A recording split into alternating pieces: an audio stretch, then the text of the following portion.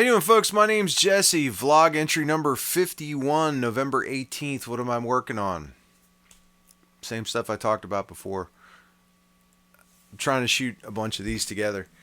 So let's just move into the next guitar I want to talk about. 2020 Gibson Les Paul Special Tribute.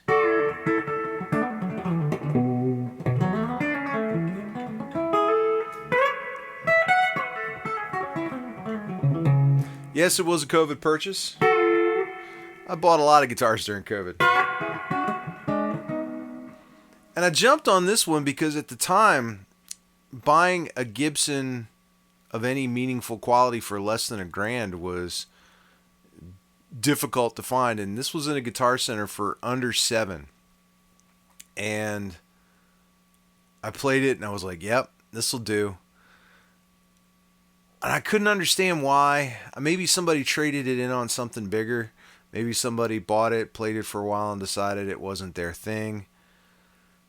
There wasn't much in the way of wear on it, so I'm a little confused. The only thing I can think is I thought maybe it was possible there was a bit of a neck twist. And I'll talk a little more about that in a bit. Maple neck, mahogany body.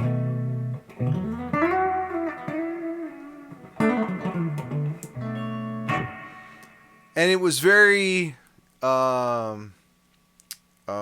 Mennonite in anything you wanted as long as it was black. So, and I said, you know, I'm going to be modding this because it's a tribute. So, you know, it's not like I'm really hurting its value or anything like that. I had a couple of Rio Grande P90s, the blues bar and the jazz bar that I got off a Reverb some years before, and I said, let's try these out.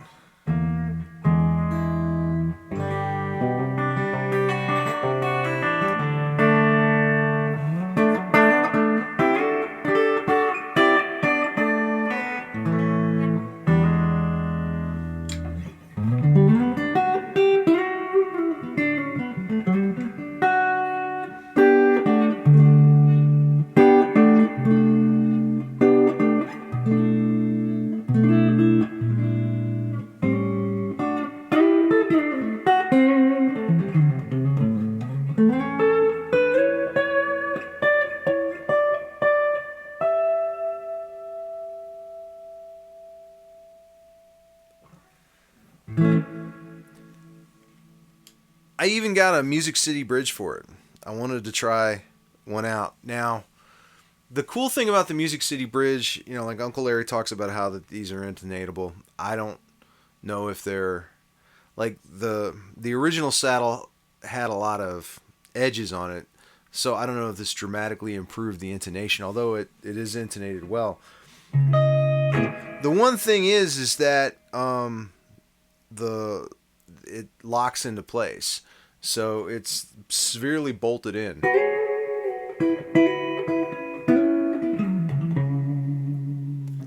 Do I think that increased the sustain of this guitar? Yeah. Could that be confirmation bias? Sure.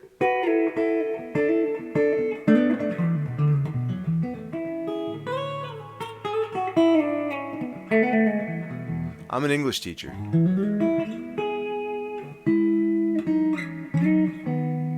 You shouldn't be taking my word for anything related to guitar.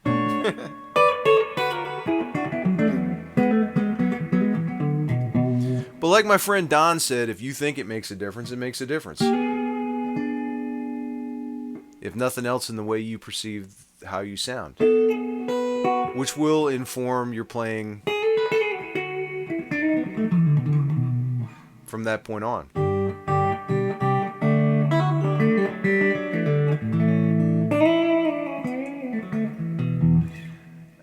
These sound great clean.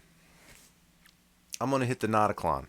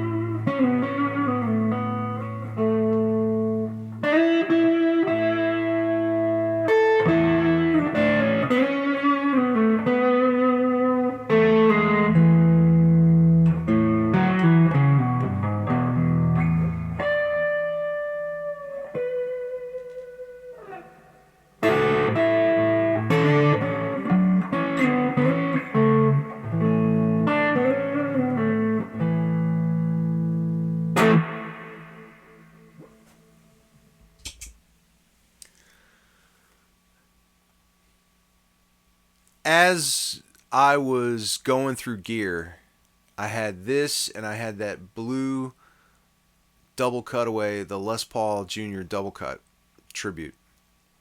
And I had another Rio Grande blues bar in that too. The neck on this is thicker. It's more of that 50s era neck. The neck on the Junior definitely was that thin 60s kind of neck. And I played them both. And the Junior, it was that blue jean blue, which was just beautiful.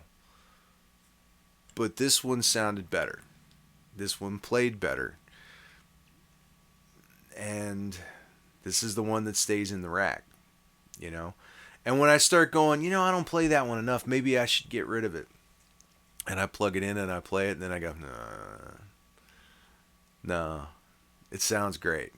It sounds great. How does it compare to a regular special? I don't know. I've never owned a regular Les Paul special. And this is what I was talking about when I was talking about P90s with the last guitar.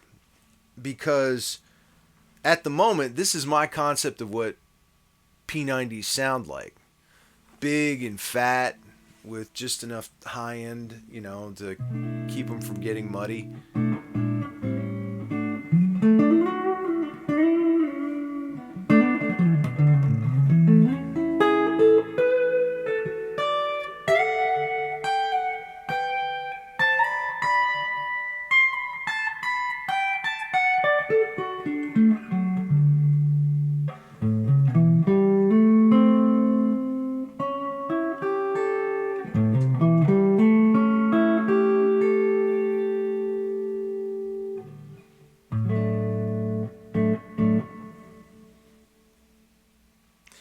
I don't know how I feel about the green. Like I was getting into the tooled leather. I got the tooled leather one for the one brown Les Paul. And I said, well, I want something that pops a little bit. I don't know if it pops. But I was just trying to do something like I looked at it and I was like, if Mennonites played electric guitars, they would play this guitar.